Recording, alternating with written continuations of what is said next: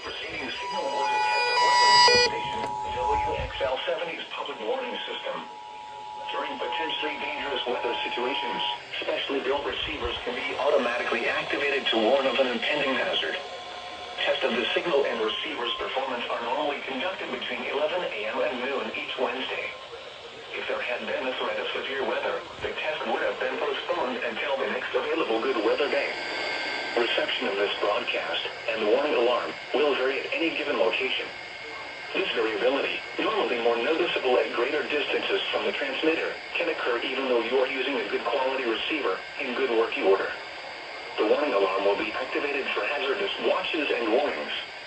For station WXL70, broadcasting near Charlotte, on a frequency of 162.475 MHz, the warning alarm will be activated for the following counties in North Carolina: Alexander, Anson, Cabarrus, Catawba, Cleveland, Jackson, Argyle, Lincoln, Mecklenburg, Montgomery, Richmond, Rowan, Stanley, and Union.